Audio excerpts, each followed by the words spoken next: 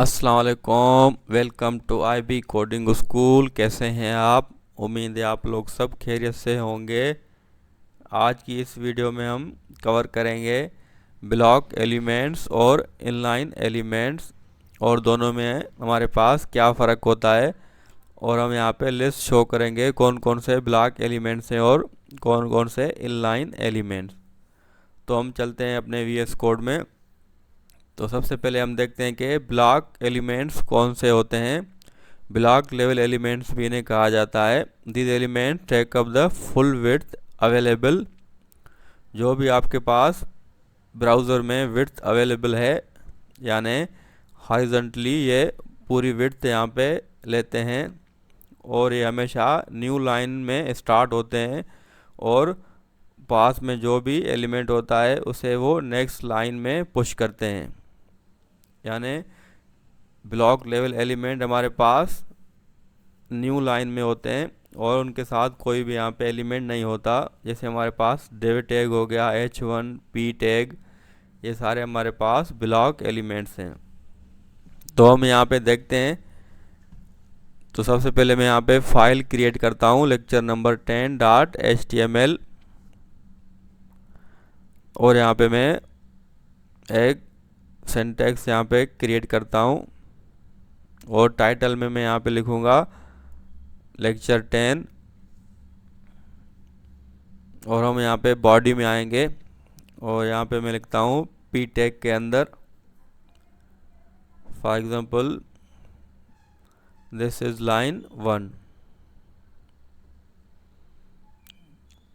तो ये हमारे पास P टैग के अंदर है। तो मैं इसे अगर गो लाइव पे क्लिक करूँ तो आप देखेंगे ये हमारे पास इसी तरह यहाँ पे शो हो रहा है। तो फिलहाल तो हमारे पास ये सिंगल ही एलिमेंट है। अगर मैं इसके बाद कुछ और यहाँ पे एलिमेंट ऐड करूँ, वो भी हमारे पास P टैग है, दिस इज लाइन 2। अब आप अगर देखेंगे कि हमारे पास लाइन 2 जो है वो सेकंड लाइन में यहाँ पे आ चुकी है, क्योंकि हमारे पास जगह भी थी। आप देखें राइट में, फिर भी हमारे पास ये न्यू लाइन में आई। तो अगर मैं यहाँ पे राइट क्लिक करके इंस्पेक्ट करूँ तो हमारे पास ये एलिमेंट कंसोल, ये पूरा सेटिंग्स यहाँ पे ओपन हो जाएंगी। तो आप इसे डाउन भी कर सकते हैं। पूरा आपके पास जो कोड होता है HTML का वो यहाँ पे शो हो जाता है। तो इस तरह आप यहाँ पे भी कुछ चेंजेस करेंगे तो वो रियल टाइम अप्लाई होंगी, लेकिन आप जैसे ही रिफ़्रेश करते हैं तो वो उसी कंडीशन में यहाँ पे कोड आ जाता है। और कंसोल के अंदर आपके पास यहाँ पे जावा स्क्रिप्ट यहाँ पे शो होती है।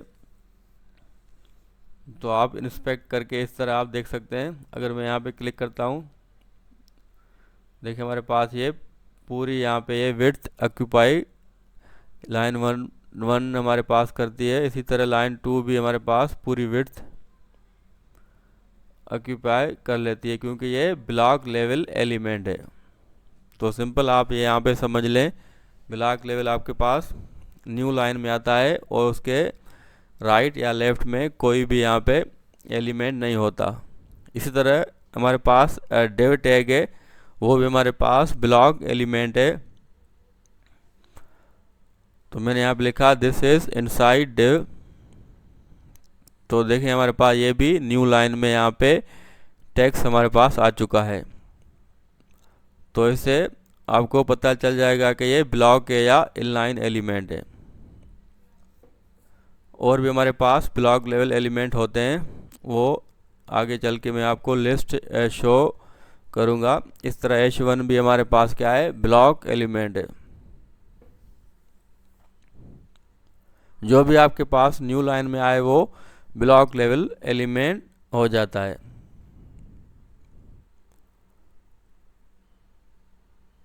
तो ये ब्लॉक लेवल एलिमेंट्स है, और मैं लास्ट में फुल लिस्ट आपके साथ शो करूँगा ताकि आप देख सकें। आपको याद करने की ज़रूरत नहीं है, वो टाइम के साथ आपको खुद पता चल जाएगा। बेसिक हमारे पास ये 3 है।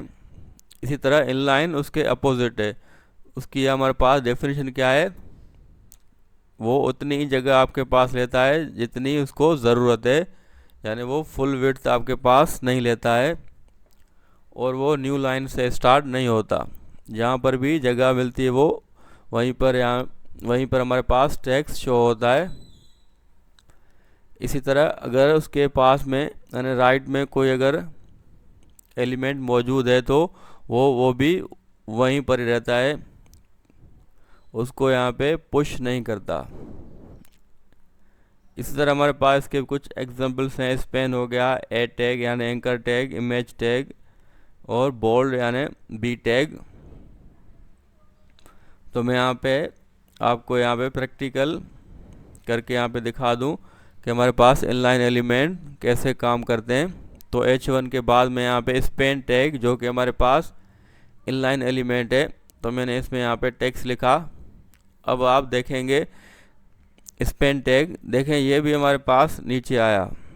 तो ये क्यों आया ये आपको समझ लेना चाहिए।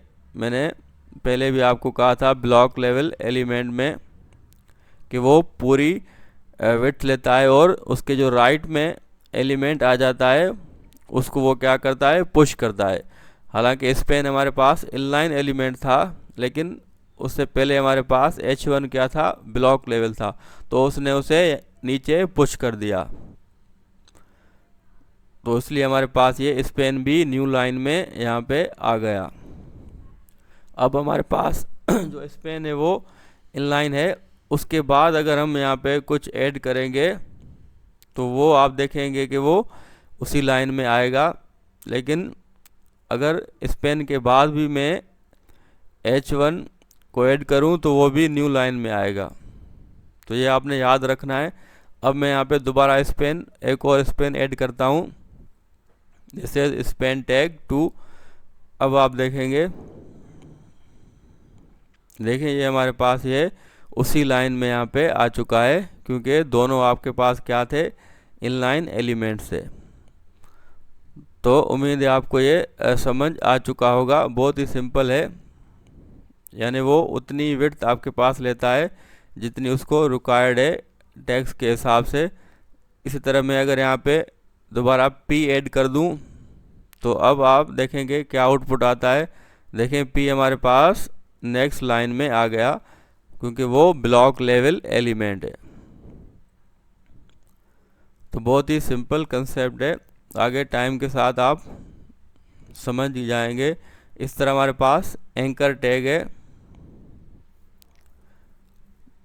तो मैं यहाँ पे href में अगर कुछ एड्रेस यहाँ पे लिख दूँ, फॉर एग्जांपल google.com,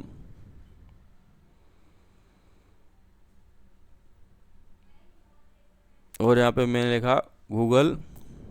तो ए टैग आपके पास क्या है, इनलाइन है, लेकिन फिर भी ये न्यू लाइन में क्यों आया। तो ये आप वही कंसेप्ट है कि उससे पहले हमारे पास P टैग था जो कि ब्लॉक लेवल था, उसने ए टैग को पुश कर दिया। अगर मैं यहाँ पे P इसको कमेंट कर दूँ, देखिए अब हमारे पास ये सिंगल लाइन में तीनों हमारे पास एलिमेंट आ चुके हैं, क्योंकि तीनों आपके पास क्या हैं, इनलाइन एलिमेंट्स है। अगर मैं यहाँ पे इंस्पेक्ट करूँ और यहाँ पे सेलेक्ट करूँ, देखिए हमारे पास ये फुल विड्थ ले रहा है और वो स्पेन जो टैग है वो हमारे पास वही विड्थ ले रहा है जितना उसका टैक्स है। तो आप इस तरह इंस्पेक्ट करके भी यहाँ पे चेक कर सकते हैं।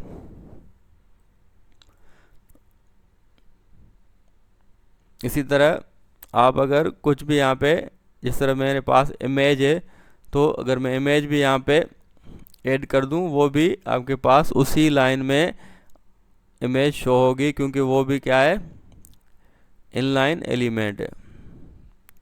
तो हमारे पास काफ़ी सारे इनलाइन एलिमेंट्स भी होते हैं और ब्लॉक लेवल भी।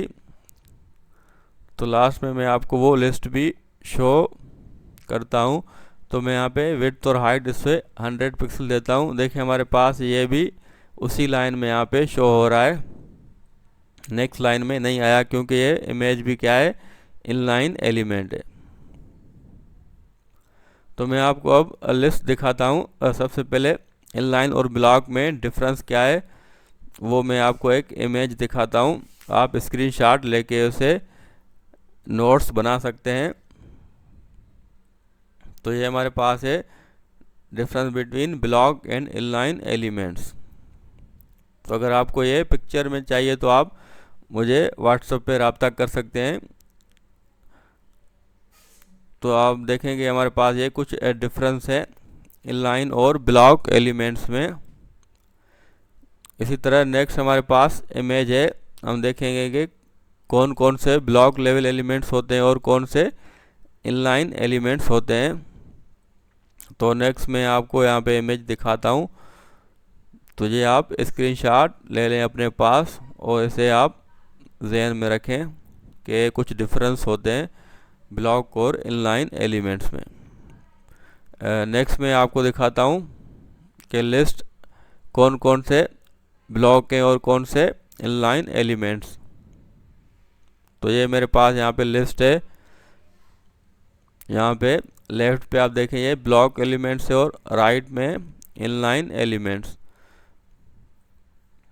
तो ये आप लिस्ट अपने पास सेव कर लें ताकि आप इजीली समझ जाएं कि कौन कौन से हमारे पास इनलाइन एलिमेंट्स होते हैं।